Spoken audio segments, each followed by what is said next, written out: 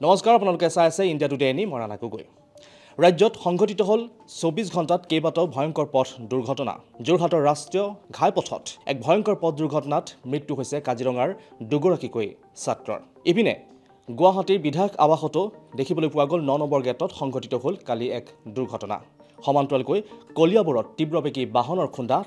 মৃত্যু হৈছে এটি কণমানি এই সন্দৰ্ভত চাওক আমাৰ এক ৰিপৰ্ট অকালতে শেষ দুটি সম্ভাৱনাৰ যোৰহাটৰ ৰাষ্ট্ৰীয় ঘাইপথত ভয়ংকৰ দুৰ্ঘটনাত পতিত তীব্ৰবেগী ছাত্ৰৰ বাহন থিতাতে নিহত ছাত্ৰ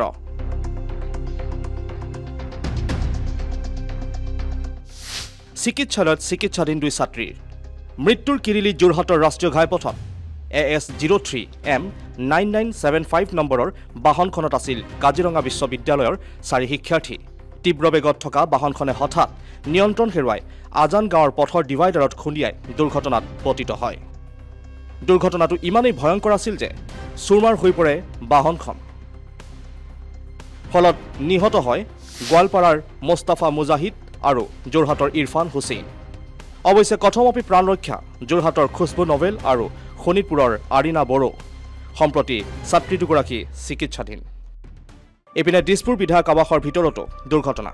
জানিব পৰা মতে দুৰ্ঘটনাত পতিত বটদ্ৰৱা সমষ্টিৰ বিধায়ক শিৱামণি বৰাৰ বাহনখনত চালক হিচাপে আছিল শিৱামণি বৰাৰ ভতিজা দুৰ্ঘটনাৰ সময়ত সান্ধ্য ভ্ৰমণত আছিল ঢিঙৰ বিধায়ক আমিনুল ইছলামৰ তৎপৰতাত অৱশ্যে প্ৰাণ ৰক্ষা পৰে শিৱামণি বৰাৰ ভতিজা গণেশ মন্দিৰৰ দিশৰ পৰা তীব্ৰ গতিত আহি আছিল বাহনখন হঠাতে 9 নম্বৰ গেটৰ বাওঁফালৰ পোষ্টত খুন্দা মাৰে বাহনখনে কলিয়াবৰতো হৃদয় বিদাৰক ঘটনা উমলি থাকোতে শিশুক মহতিয়ালে তীব্ৰবেগী বাহনে কলিয়াবৰৰ হাতীগাঁও চাহবাগিচাত পথত এটি 4 বছৰীয়া শিশু খেলি থকা অৱস্থাত মহতিয়াই নিয়ে এখন তীব্ৰবেগী বাহনে সংকটজনক অৱস্থাত গৌৰৱ গাৰা নামৰ কণমানিটিক চিকিৎসালয়ত নিয়ে যদিও মৃত ঘোষণা কৰে চিকিৎসকে ঘটনাটো হৈছিলে 5টা বজাৰ ঘটনা দেই 5টা বজাৰ এটা বুলি আহিলে মানুহ কোৱাতে